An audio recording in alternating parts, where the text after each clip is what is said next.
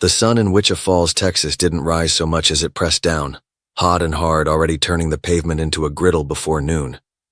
Evergreen Drive shimmered in the heat, a narrow street lined with tired houses, chain-link fences, and worn-out dreams. It was the kind of neighborhood where people kept their heads down and their doors locked, not because they were afraid, but because they were just too tired to hope anymore. Danielle Morris stood in the middle of her yard with a laundry basket balanced on her hip, squinting into the sunlight. Her fingers itched from clothespins, and the damp weight of jeans clung to her wrists. She had just finished pinning the last shirt on the line when she heard it. That sound. Low, smooth, predatory. Not the sputter of a neighbor's truck or the clatter of a lawnmower. This sound rolled in like thunder wrapped in velvet. She turned, squinting down the block, a black car. Sleek. Long. It glided past the rusted mailbox like a shadow cut from obsidian. Danielle's breath caught. Nobody drove cars like that around here, not unless they were lost or looking for something. It slowed, then stopped, right in front of her house. Her hands tightened on the laundry basket. Her pulse quickened, thudding against her ribs with sharp, confused force. The sun caught the polished surface of the vehicle, turning it into a mirror that threw her own image back at her. A woman in worn jeans, a faded t-shirt, hair pinned up haphazardly, sweat clinging to her brow. She looked like someone who didn't belong in the reflection of that car. The door opened with a precise click. A man stepped out. Danielle blinked. The world around her slowed. He wore a charcoal gray suit that fit him like skin. Tailored. Crisp. Expensive in a way she couldn't define, just knew. His shoes shone. His cufflinks caught the sun like tiny stars. He stood for a moment, adjusting his jacket, then turned and looked directly at her, and smiled. Not a salesman's smile, not cold, not smug. Something warmer, familiar even, like a secret kept for too long. Danielle couldn't breathe. He walked toward her, not rushed, not slow. Every step measured, confident. The kind of walk that came from years of winning battles no one else knew about. Her throat tightened. Her mind spun. Was he a lawyer? IRS? Something worse? Her heart dropped straight into her stomach. She didn't owe much, but the red notices stacked on her kitchen table begged to differ. Maybe someone had come to take the car, or worse, the house. He stopped at the gate. One hand rested gently on the iron frame, his eyes never leaving hers. Mrs. Morris? His voice was deep, calm. It slid through the air like silk over stone. She stiffened, lips dry. Yeah, she said slowly. That's me. Do I know you? The man smiled again, and this time it reached his eyes. A glimmer of something old, something sacred. You probably don't remember me. Danielle didn't answer. She didn't move. But I've waited a long time to see you again, he said. She felt the ground shift under her bare feet. Her fingers gripped the edge of the laundry basket like it might anchor her to reality. A strange current ran through her body, the sense of something not wrong, but too right, familiar in a way she couldn't name. His voice dropped, not dramatic, but reverent. You're the reason I'm standing here today. And just like that, the air between them changed. Her memory stirred like dust on an old attic floor. A whisper in the back of her mind. A diner. A night. 2 kids. No, it couldn't be. He took a step forward. Not threatening, not aggressive, just closing the space gently as if afraid to scare her off. 15 years ago, he said softly. You fed 2 hungry kids in a booth at the Bluebird Diner. Nobody else even looked at us. Danielle's breath caught. She didn't blink. The basket slid from her hip to the ground with a dull thud. I was one of them. Silence. A heavy, living silence. The wind stopped. Even the birds shut up. She stared at him. Hard. Her knees trembled. You were that little boy? He nodded. His jaw tight. His voice just above a whisper. Caleb. The name hit her chest like a thrown stone. She stumbled back a step. Her hand flew to her mouth. Tears didn't fall. Not yet. But the dam inside her creaked. "I remember," she whispered. "My God, you and your sister." "Hannah," he said, smiling. "She's doing well. She's safe. That night, that meal, it saved us. You saved us." Danielle couldn't find her voice. It was buried beneath years of noise. She shook her head slowly, disbelieving. "You came all this way. For that?" He nodded, then turned toward the car. "I didn't just come to say thank you." Danielle's eyes narrowed. "I came because I owe you more than I can ever repay." 15 years earlier, the air in Topeka, Kansas had carried the scent of fryer grease and cheap coffee. Danielle Morris had worked the late shift at the Bluebird Diner for almost a decade. It was small, cracked leather booths, flickering neon sign, the kind of place truckers, old widows, and kids skipping school passed through on their way to nowhere. That night had been dead, the kind where the clock seemed to melt on the wall. Danielle had just finished wiping down the counter when the bell over the door jingled. She looked up. 2 kids, a boy and a girl, thin, dirty, scared. The boy had his arm wrapped around his sister like armor. The girl looked too tired to stand. Danielle's heart snapped in two. They didn't speak, just slid into the farthest booth. Ghosts in a world that didn't see them. She approached with a smile she'd learned to fake when the world felt too heavy. "You two okay?" The boy just said, "Water." That's it. Water. Danielle had $10 to her name, enough to get her to payday, but something in her cracked. She fed them. Grilled cheese, fries, pie. They ate like kids who hadn't had anything solid in days. Danielle didn't ask questions, she just stayed close, talked soft, pretended not to notice the pain stitched into every glance they shared. Before they left, the boy looked at her, voice trembling. "We'll pay you back someday." She laughed. "It's not a loan." He didn't smile, just nodded, like he was writing her name in stone. Now that same boy, now a man, stood on her porch in a tailored suit, wealth clinging to him like cologne, eyes full of something Danielle hadn't seen in years. Reverence. "I tried to find you for a long time," Caleb said, his voice barely above the hum of the breeze. "I only had your first name, no last name, no address. But I never forgot you." Danielle gestured faintly, dazed. Would you like to come in?" "I'd be honored."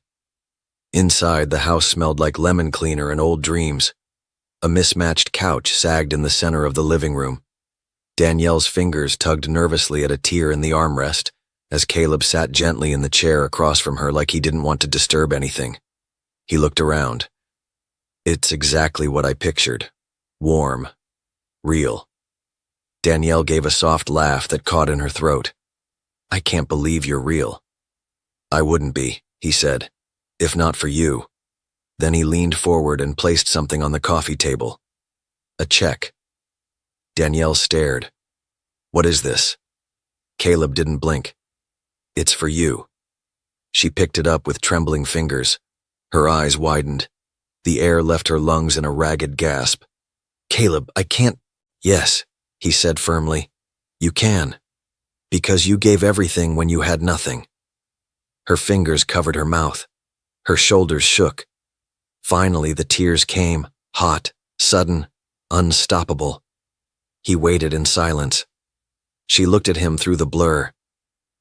"I didn't even know your last name. I thought about you. I prayed for you, but I never thought—" "You saved our lives," Caleb said. "That night gave me the will to fight, to survive, to build something better." Danielle blinked at the check again. Her lips trembled. "This is too much." "No," Caleb said. "It's not enough." And somewhere in that quiet living room, in a house weathered by time and hardship, something broke. But it wasn't Danielle. It was the weight, the constant silent weight she had carried for 15 years. Gone. Lifted. Not by the money, not by the car, but by the knowledge that she had mattered. To someone, and that was more than she'd ever dared hope for. The courtroom was no longer a room. It was a crucible, glowing white-hot from the fire lit beneath it in part 1. Maya sat frozen, still processing the fallout of that thunderous will reading that shattered everything Marcus thought he owned. But she didn't have time to revel in the impact, because now the real war began. Judge Reynolds, a man who had watched over thousands of cases with tired but steady eyes, leaned forward with renewed interest. "Ms. Johnson," he said, his voice slicing through the post-will silence, "do you wish to proceed with the rest of the evidence?" Maya's lips parted, dry as sandpaper. She looked at her attorney, Lena Brooks, whose narrowed eyes were locked onto Marcus like a hawk about to strike. "We proceed," Lena said firmly, pulling open a thick red folder. Marcus shifted in his seat. His smirk was gone, replaced with twitchy movements and sweat creeping along his forehead. In it, Marcus was shown meeting with a real estate developer, the same man who had once offered to buy Johnson & Co. for a fraction of its value. In the video, Marcus could be heard saying, "Don't worry about Maya.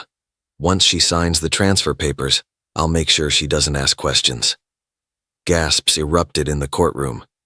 Maya's hands gripped the table until her knuckles turned white. The betrayal was no longer a feeling. It was a weapon. She turned slightly in her chair, meeting Marcus's eyes. He looked away. Coward. "Ms. Johnson," Judge Reynolds said, "is there more?" She nodded. "Yes, Your Honor." The next witness entered, a young woman named Camille, Maya's former intern, and Marcus's mistress. Her voice was thin at first, but strengthened as she spoke. "He told me to distract Maya, to keep her busy. He said he'd clean up the family mess and walk away with the company." The entire courtroom was stone still. Marcus exploded from his seat. "She's lying. She's just a disgruntled—" "Sit down, Mr. Vaughn," the judge barked. "One more outburst and you'll be removed." Marcus sat, face red with rage and humiliation. Camille continued, tears gathering at the corners of her eyes. "He said Maya was too emotional to run the business, that she didn't have the killer instinct, that she was just a daddy's girl playing CEO. A woman in the gallery muttered, "Bastard." Marcus heard it and whipped his head toward the spectators, but no one flinched. The tide had turned. Maya felt it. She was no longer a broken wife. She was a lioness, surrounded by bloodied walls. Lena brought up the last piece, a sealed envelope from Maya's father, discovered recently in a private safety deposit box. In it was a handwritten letter to Maya, filled with love, and a stern warning. "Don't let him take what I built. He never earned it. You did." Tears ran down Maya's face, but she didn't look away. She wanted Marcus to see her cry, not from weakness but from clarity. These were tears of cleansing, not collapse. Judge Reynolds leaned back, digesting everything. "We will recess for 1 hour. This court is far from finished." As the gavel fell, reporters surged from the back doors, racing to file the story that was quickly becoming national news. Maya stood. Her legs trembled, but Lena steadied her. "That was only the first storm," Lena whispered. "The real war comes next." In the hallway, Maya caught a glimpse of Marcus slamming a wall with his palm, cursing under his breath. He had been exposed, not just to the court, but to the entire city. And his kingdom, the one he had tried to build on deception and control, was crumbling like wet ash. Later that evening, as the sun dipped behind the courthouse, Maya sat in her car, staring blankly at the wheel. Her phone buzzed. Unknown number. She answered hesitantly. "Maya," said a soft older voice. "It's Clara, your father's old secretary. I think there's something you need to see." "What is it?" Maya asked, already bracing. "There's a second will," Clara whispered. "Hidden. One your father never filed. I think it changes everything." Maya's heart punched her ribcage. She closed her eyes. The war wasn't just beginning, it was deeper, darker, and more dangerous than she'd imagined. She whispered into the phone, "Where do I find it?" Clara gave an address, a storage unit outside the city. Maya didn't wait. That night she drove through pouring rain and endless doubt, headlights cutting through mist like blades. She parked outside the rusted facility, heart thundering, feet soaked from puddles. Inside the unit was a dusty cabinet and an unfiled folder labeled only Plan B. She opened it. Letters, legal drafts, and at the bottom, the second will, dated only weeks before her father's death. In it, everything was left solely to Maya. Every asset, every property, every patent. The first will was a decoy, meant to test Marcus. Her father must have known. Maya staggered back against the wall. The truth was no longer a blade. It was a bomb. Her father had laid a trap, and Marcus walked right into it. She looked up at the steel roof of the storage unit, rain hammering above her like war drums. "You knew," she whispered. "You always knew." She clutched the folder and stood taller than she had in weeks. The final battle wasn't coming. It was already here. And this time she wasn't stepping into the courtroom as the betrayed wife. She was coming as the true heir to a legacy soaked in blood, fire, and vengeance.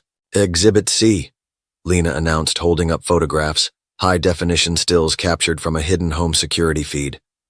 The photos showed Marcus in Maya's father's study, rifling through drawers after the man's death. "This footage was taken 3 days after Mr. Johnson passed," Lena continued. "Mr. Marcus Vaughn had no legal reason to enter this room."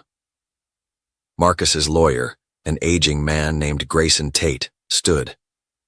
Objection, speculative and irrelevant. But Judge Reynolds waved him off. Overruled. Continue. Maya's stomach churned as she relived those days, remembering how Marcus insisted on handling the paperwork after her father died. Now she saw it was a burglary masked in grief. "This is only the beginning," Lena said, placing the folder on the evidence table with a thud that echoed. She walked over to a portable screen where a video began playing. Rain lashed the city, a cold, relentless downpour that made the sidewalks gleam like black mirrors. Inside her modest apartment, Maya sat hunched at her dining table, legal pads spread out in a fan, coffee gone cold beside her untouched. Her eyes were hollow. She hadn't slept since the courtroom collapse. Every few minutes she replayed the judge's face, the whispers from the prosecution, the abrupt motion to delay. All of it. Something had cracked open, and she could feel it in her bones. Something was wrong. She opened her laptop, fingers trembling as she typed in search after search, diving into law forums, judicial records, articles about similar past cases. And there, a name she hadn't thought about in years. Judge Stanley O'Malley. A judge she'd once interned under. The same judge who, years ago, mysteriously recused himself from a high-profile corruption trial in the 11th hour. The name made her pause. The threads were starting to pull together. Across town, James was pacing the perimeter of a dim bar, Scotch glass sweating in his hand. His partner, Eric Linwood, leaned in close, his voice a harsh whisper over the low hum of jazz. "This doesn't add up, man. Why the sudden shutdown?" Maya's case was airtight. That judge folded like a damn lawn chair. James ran a hand through his hair. "It's not just about her case. Something bigger's moving. Political pressure. Maybe bribes. Maybe blackmail. You saw the way the prosecutor looked at her like he knew something she didn't." Eric sipped his drink, his eyes scanning the room. "You think it's the commission again?" James nodded slowly. "Or something worse. Something more buried." Maya's phone buzzed. Unknown number. She hesitated, then answered. A voice, calm but urgent. "You're being watched, Ms. Johnson. You need to stop digging." Click. The line went dead. Her chest tightened. She rose slowly, walked to her apartment door, and looked through the peephole. No one. But her instinct screamed. She locked all 3 deadbolts, then turned to the windows, and froze. A car across the street. Same one that had been parked there the night before. Headlights off, engine silent. Watching. She didn't sleep. By dawn, she'd packed a go-bag and drove out of the city toward an old farmhouse she used to visit as a child. She needed space. She needed air. But the silence there wasn't peace. It was a vacuum that sucked her deeper into paranoia. She turned on her laptop and drafted a long, encrypted email to someone she hadn't contacted in years. Leona Tate, a disbarred attorney turned whistleblower. If anyone could help her unravel this, it was Leona. She hit send. In a nearby federal building, a meeting was taking place behind locked doors. A gray-haired man with a razor-thin smile stood at the head of the table. "She's out of control," he said. "We gave her room, let her scream into the wind. But she's still digging." A younger man, suited, tried to interject. "She has no real proof yet.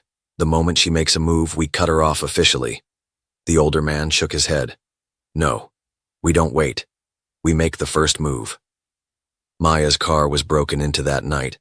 She found the glove box ripped open, papers scattered, but nothing stolen, not even the cash in the center console. It wasn't a robbery. It was a message. She sat in her car, her breath fogging the windshield, fingers gripping the steering wheel. "You want to scare me?" she whispered. "You think I'm afraid of shadows?" Her voice cracked, fury bleeding through. "You have no idea what I've survived." The next morning, she received a message from Leona. "Meet me in D.C. midnight, bring no electronics, come alone." Maya didn't hesitate. By the time she arrived, the air was heavy with tension.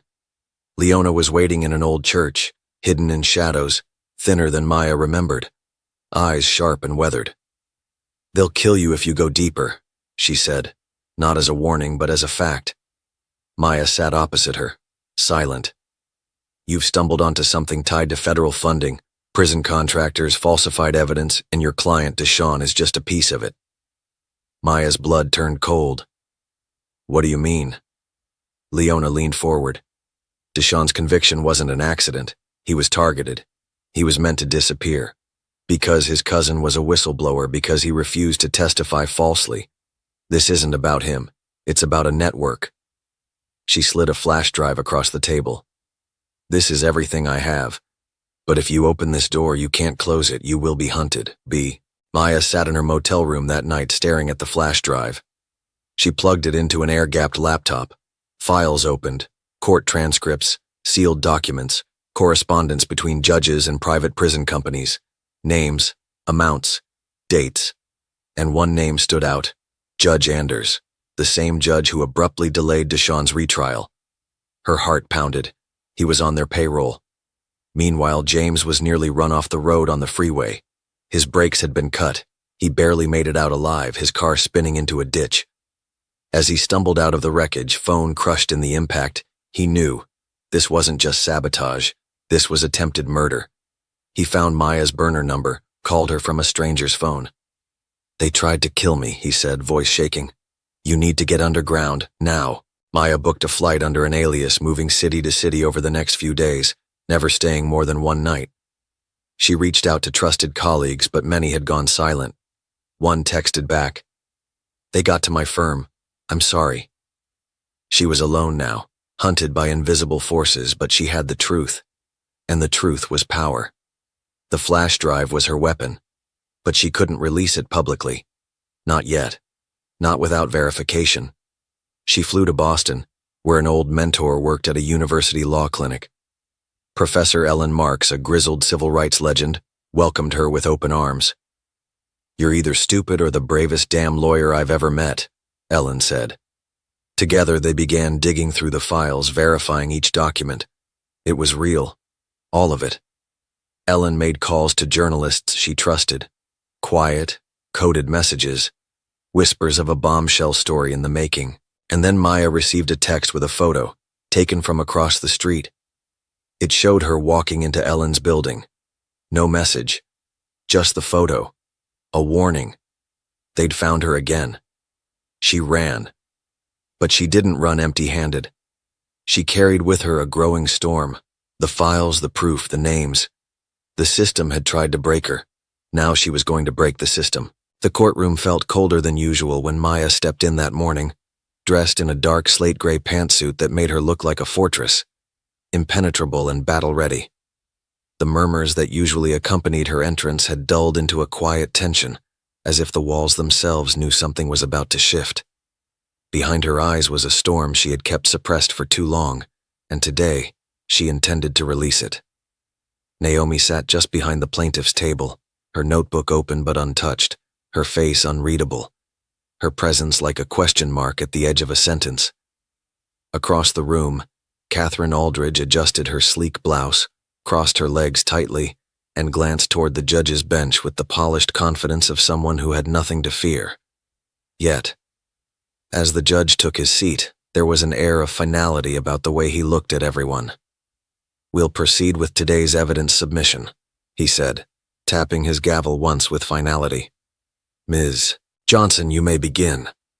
Maya rose without speaking, walked to the evidence cart, and placed a thin manila folder in front of the clerk.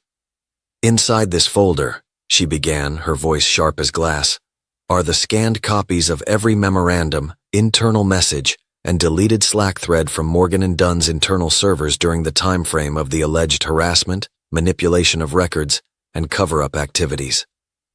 The room went completely silent. Even Aldridge froze mid-scribble, her pen hovering over her notepad like a blade caught in time. "How did you—" The opposing counsel began to protest, but Maya cut him off.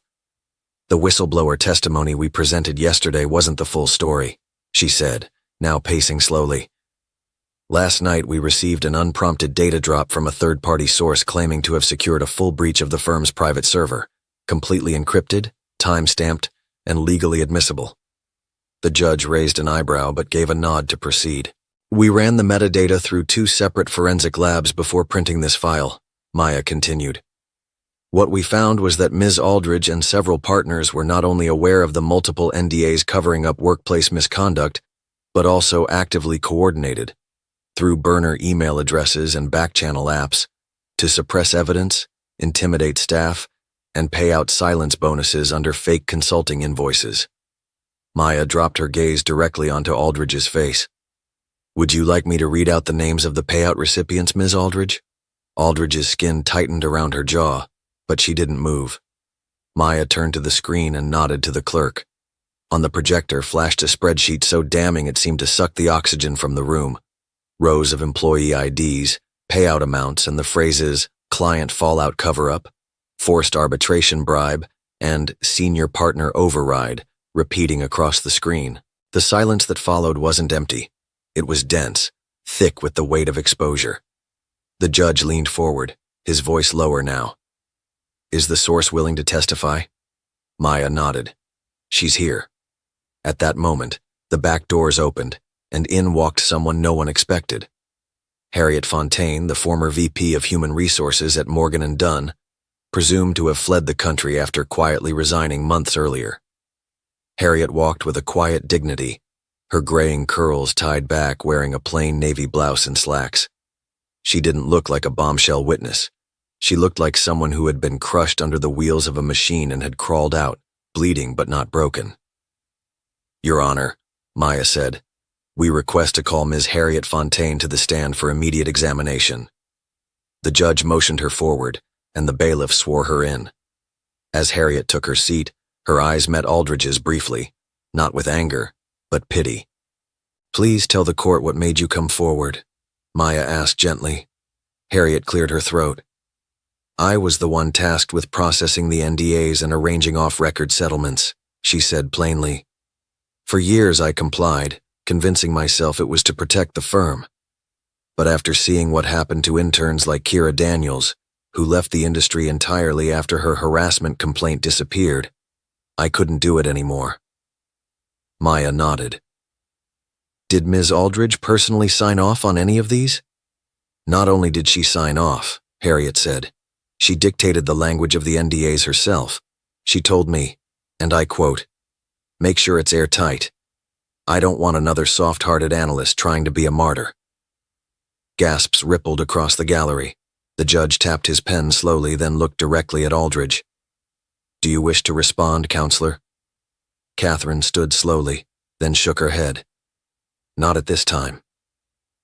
It was the first time in 4 days she had refused to speak. Maya turned back to the screen. "There's more. Text messages between Ms. Aldridge and managing partners, here, shown, discussing ways to falsify board meeting minutes to misrepresent client losses. They also refer to an internal algorithm, Project Backdoor, designed to monitor and filter internal keywords among employees that might indicate dissent, legal intent, or media leaks. This firm didn't just silence victims, they ran a full-blown surveillance operation. Someone in the jury audibly muttered, "Jesus." Maya stepped forward closer to the jury now. "You've seen the faces of those harmed by this system, but now you're seeing the gears. This is how power stays unpunished, until now." Aldridge's posture was unraveling, shoulders hunched, pen dropped, eyes darting. Maya didn't even need to press further. She could sense the tide had fully turned. The jury was no longer evaluating. They were condemning. That afternoon, the defense asked for a recess and were granted one. During the break, Aldridge never returned to her table. She disappeared into a side room with 2 junior associates and a phone that never stopped vibrating. Maya, meanwhile, stepped outside for the first time in hours. The sky above the courthouse was a strange mix of gray and amber, the kind of weather that comes before a storm or after something irreversible.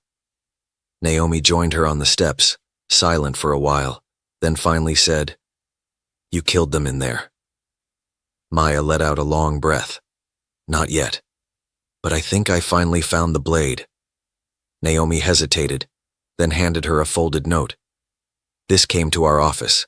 No sender, but I think you should see it." Maya unfolded the page. It was a single printed screenshot, an email from Aldridge to someone named ZB Holdings legal liaison, referencing the removal of certain financial records from Morgan & Dunn's overseas subsidiary. "They were laundering the payout funds," Maya whispered, "and hiding the source." Naomi nodded. "We follow that trail. We don't just win this case. We expose an entire network." Maya looked back at the building, its stone columns towering like silent judges. The real fight wasn't over. The courtroom was just the beginning. And the storm was still coming. Inside, the room buzzed with subdued tension. Reporters had filled the benches, whispering theories, clutching notepads and audio recorders like weapons. Cameras weren't allowed inside, but that hadn't stopped the media from circling the courthouse like vultures. The case had become a spectacle. The lawyer who turned on her own. Headlines were calling it betrayal. But to Maya, betrayal was defending monsters in suits. Judge Whitman entered and banged her gavel. "Court is now in session." Maya rose. "The prosecution is ready, Your Honor." Opposite her, Martin Vale smirked as he straightened his cuffs. The room seemed to tilt slightly at his arrogance, his presence like a shadow that dulled the air. "Defense is ready," he said, voice smooth, calculated. Maya turned to the jury, their faces pale but attentive. She began her opening remarks not with fire, but with gravity. "Ladies and gentlemen of the jury," she said, voice low but firm. "What you are about to hear over the next few days may shock you. You'll be shown documents, testimonies, and evidence that point not only to criminal behavior but to a systemic cover-up. This is not just a case about corruption, it is a case about conscience, about what happens when power, unchecked, destroys lives." There was a beat of silence before she stepped back. The first witnesses brought were quiet, middle-level employees, HR reps, accountants, security personnel, the small gears in the larger machinery. At first it felt slow, procedural, but Maya was patient. Each witness provided a thread, and she was weaving a noose. A former warehouse supervisor was called, nervous, fidgety. But under Maya's questioning, he admitted that he had seen files marked Sapphire A being stored off record, files he was told never to mention. He didn't know what they were, only that they were loaded onto encrypted drives and removed at night. When Maya asked if he knew who signed the clearance forms, the man hesitated, then whispered, "Catherine Monroe." Gasps fluttered through the courtroom. Catherine Monroe, the COO. Maya felt her spine straighten. She had suspected Catherine's involvement but hadn't expected it to surface this quickly. She glanced toward Vale. His smile had faltered. By noon, a forensic tech had testified that they had found fragments of scrubbed metadata in the company's backup servers. Enough to indicate that someone had deliberately deleted and re-encrypted files just days before the SEC's initial audit. Another thread pulled. Maya's final witness of the day was someone unexpected, Julian Marks, former VP of Internal Compliance, balding, tired, and in self-imposed exile. He had resigned a year ago under health reasons, but now he was back. As he walked in, the courtroom seemed to freeze. He avoided eye contact with everyone except Maya. She stood. "Mr. Marks, do you swear to tell the truth?" "I do." "Why did you leave Lexington Holdings?" He exhaled, eyes hollow. "Because I was going to be complicit in a crime if I stayed." Maya stepped forward slowly. "What crime?" He looked at Vale, then at the jury. "Falsifying regulatory filings, concealing investor fraud, and suppressing allegations of workplace abuse and whistleblower retaliation." A sharp murmur rippled through the room. Even the judge leaned slightly forward. Maya pressed. "Can you elaborate?" Marks nodded. "We were instructed directly to remove mentions of certain transactions from quarterly disclosures. These transactions involved offshore accounts, shell companies tied to Lexington executives, and bribes to foreign government officials for resource extraction contracts. When I questioned it, I was told to stand down or disappear." "Who told you this?" He hesitated, then said it.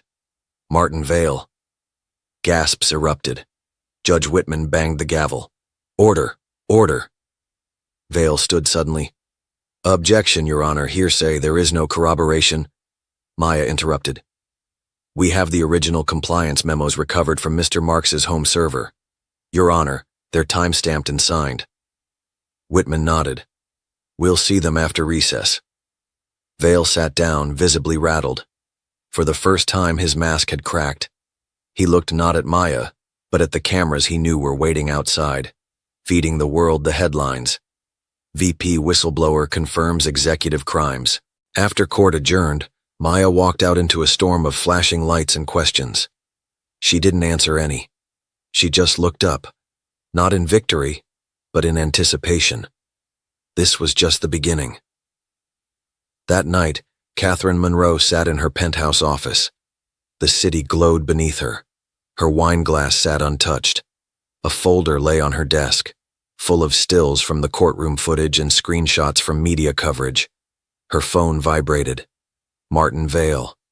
She answered coldly. "I thought you had control of this," she said. "I did, until your name came up." She laughed. "Then you didn't have control." There was silence. She continued, voice sharp, venomous.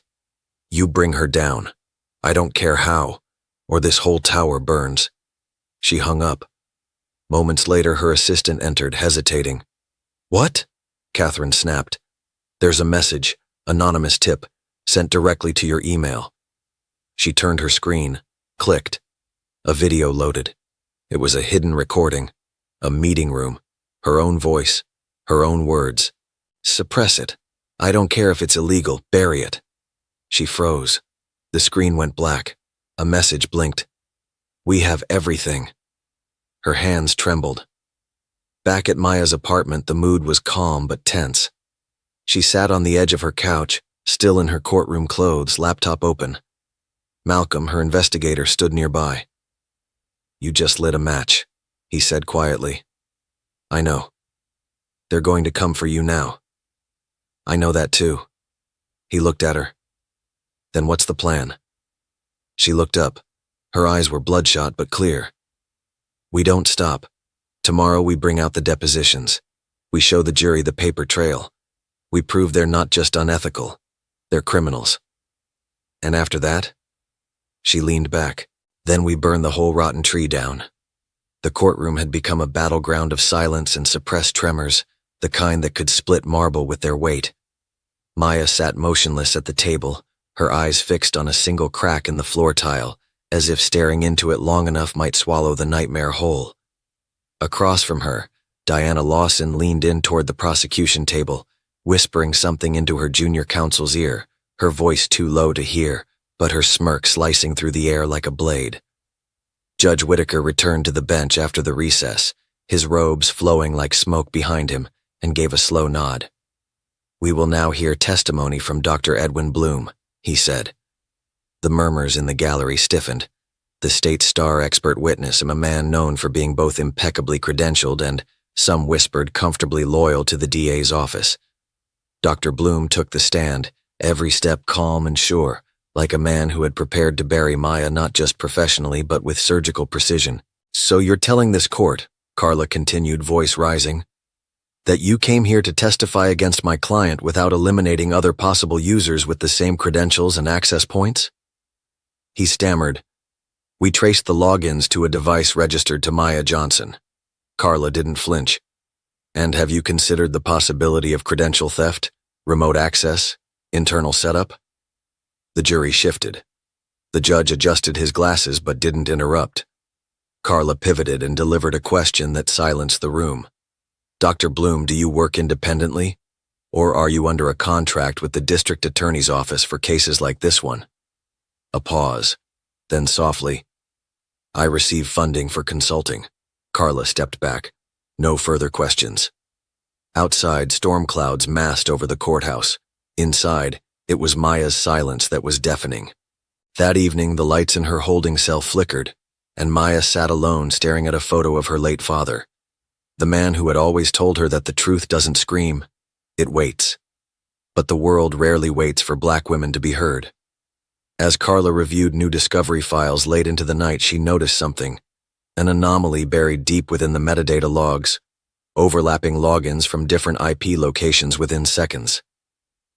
"Impossible unless someone was spoofing access," she whispered. She called Maya's younger brother, Devin, a cybersecurity consultant, and quietly recruited him to investigate. Devin worked from his loft apartment, screens casting a pale glow against his dark face as lines of code scrolled like rivers. Hours later, he called back, his voice shaken. "Carla, you're not going to believe this. Someone cloned Maya's device signature. I found a ghost protocol. Someone in Tech Trust infrastructure wanted to make it look like she accessed files she never touched." Carla's hand trembled as she held the phone. "Do you have a name?" "Not yet. But it's coming." Meanwhile, Lawson caught wind of Carla's inquiry through her planted contact in the courthouse clerk's office. She met that night with Walter Graves, the towering, sharply dressed CEO of Tech Trust, in the shadowed booth of an elite DC steakhouse. "We may have a leak," she told him, her tone clipped. "Carla's digging into the logs." Walter sipped his whiskey and gave a dismissive laugh. "Let her dig. By the time she finds anything, Maya will be buried so deep even the truth won't matter." Diana smirked, but her eyes narrowed. Walter always underestimated people like Carla. That same night, Maya sat in the quiet hum of her cell, unaware of the gears turning in her favor, the hands reaching to pull her from the depths, and the even darker hands ready to pull her back under. In the morning, she was awakened by the rattling echo of keys and the sudden appearance of a guard who wasn't part of the usual shift. His name tag read, Carver, but he walked with a limp that didn't match the file Carla had previously obtained. Something was off. Maya stood slowly. "You're not on rotation today," she said. He grinned, but his eyes were cold. "Transfer orders." She backed away instinctively. Before he could reach her, a second guard stepped in, one Maya recognized. "What the hell are you doing, Carver?" the second guard barked. "She's not on the move list." For a moment, there was a tension like dry air before lightning. Then Carver shoved past, vanishing into the corridor. Maya's heart pounded. Something bigger was unraveling, and someone wanted her gone before the truth surfaced. Later that day, Carla filed an emergency motion to request forensic access to Tech Trust's internal server environment, citing Devin's findings. Judge Whitaker raised a skeptical brow but allowed a 48-hour continuance to review the new evidence. Lawson objected furiously, accusing the defense of grandstanding and conspiracy tactics, but the judge silenced her with a glance. "The integrity of the system must be upheld. If there's even a whisper of planted evidence, this court will hear it." Lawson clenched her jaw. Outside, reporters swarmed the courthouse, flashbulbs illuminating Maya's solemn, composed face. The narrative was beginning to shift. No longer the image of a disgraced whistleblower, but of a woman being hunted for the truth she might still expose. Meanwhile, Devin uncovered something worse. A shell company connected to Walter Graves had recently paid a shadow cybersecurity firm, the same firm that once developed cloaking software for federal espionage agencies. "This wasn't a cover-up," Devin said over the phone. "It was an engineered trap." Carla stared at the spreadsheet he sent, her knuckles white around her pen. Can you tie the access logs to them? Devon nodded. Give me 24 hours. And so the clock began. Tick, tick, tick. Maya lay awake that night, the flickering ceiling light humming like a distant storm. She was not free. Not yet. But for the first time in weeks, she felt the wind shifting. The war wasn't over. It was just beginning, and the next move would determine whether truth rose or got buried alive under the lies of the powerful. He adjusted his glasses and glanced toward the jury. The evidence gathered from the defendant's laptop, he began, contains correspondence consistent with insider communication. We discovered timestamps and IP matches linking her to confidential server access from Tech Trust Global's internal network, a network only accessible by clearance-level personnel. Maya's breath caught. The phrasing was strategic, not outright accusing, but insinuating to inflame. Her lawyer, Carla Winston, stood up calmly for cross-examination, but her posture was rigid, as if her back were made of tempered steel. Dr. Bloom, she said coolly, how many other employees had similar clearance-level access at the time those logins occurred? He blinked, thrown off for a second. I do not have the full access list. They stood on the roof of the courthouse, the wind whipping around them like a final test before the curtain fell. Maya held in her hand a printout of a letter written by her father a week before his death, a letter in which he confessed he had known about Senator Levi's dirty money and begged his daughter not to go against him, fearing for her life. But she went anyway, and now it was over. Beneath their feet, down below, the crowd chanted her name. Maya looked at Aaron, exhaustion in his eyes but also pride. You did it, he said. She nodded, tears brimming. The trial of the century had come to an end. Levi sentenced to life in prison, Attorney Wallace disbarred, 3 judges forced to resign, and the U.S. Attorney's Office launching a sweeping reform of the federal judge appointment system. But the cost had been steep.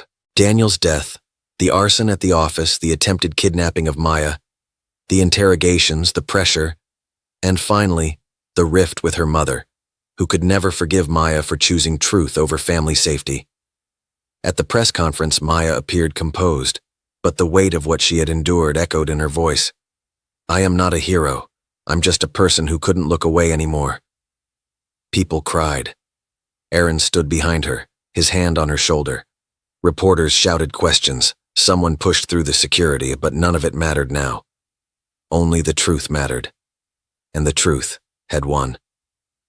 After the conference, Maya got into her car, closed her eyes, and for the first time in months allowed herself to sleep.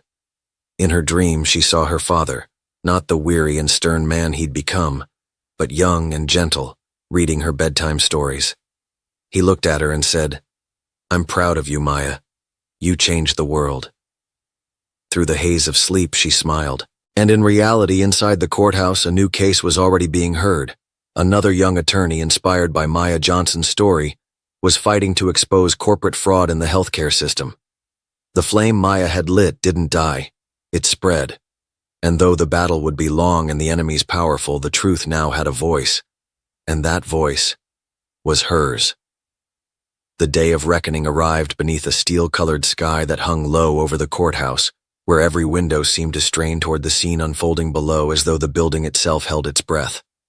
Crowds pressed against barricades, cameras snapped, journalists shouted names, but inside the courtroom, there was only silence broken by the clicking of heels on marble and the slow, deliberate creak of the oak doors opening. Maya sat at the plaintiff's table, not as a broken woman, not as a victim, but as a force of reckoning. Her face calm, her posture resolute, her hands folded over the evidence that had taken months to gather. Across from her, Sterling Whitaker sat alone. No lawyers, no entourage, just a man whose empire had been peeled away layer by layer until only the hollow core remained. His cufflinks were gone. His tie was loose. The cold sweat on his brow glistened under the unforgiving lights. Judge Reynolds entered, robe sweeping like a black wave across the bench, and without ceremony the trial resumed. What followed was not just a presentation of facts, it was a dismantling. One by one, whistleblowers came forward, faces long hidden now lit by the weight of truth. Financial records, audio tapes, surveillance footage, all laid out with ruthless clarity. The jury sat stunned as Maya's legal team revealed how deep the corruption ran: stolen pensions, coerced silence, fabricated audits, and boardroom deals inked in shadow. But the climax came when Maya herself took the stand, not to testify, but to speak. Her voice did not tremble. She didn't speak for sympathy. She spoke for justice, for every woman passed over, every colleague silenced, every dream crushed beneath the heel of greed. Her eyes met the jury, the judge, the defendant, and finally, her own daughter in the gallery, who now watched her mother not as a survivor but as a warrior. And when the verdict came, the gavel crashed like thunder. Guilty. On all counts. Sterling Whitaker's fate was sealed in that moment, his assets frozen, his name synonymous with disgrace, his future destined for prison walls and court-mandated silence. But more than that, Maya had shifted something larger. Her case sparked investigations across states, resignations in boardrooms, and a movement within the industry. She became the face of accountability, not by design, but by unrelenting truth. As she exited the courtroom into the late afternoon light, flanked not by bodyguards or press, but by people, ordinary women, young men, elder citizens, cheering, weeping, reaching out, Maya didn't smile for the cameras. She looked to the sky, breathed in the first clean air of justice, and walked forward. Not toward revenge, but toward rebuilding. Not as the woman who had been betrayed, but as the woman who made betrayal pay a price. And as the credits of the day began to roll in whispers, the last shot lingered on her face. Not broken, not bowed, but blazing with the quiet power of a soul unshaken, finally free.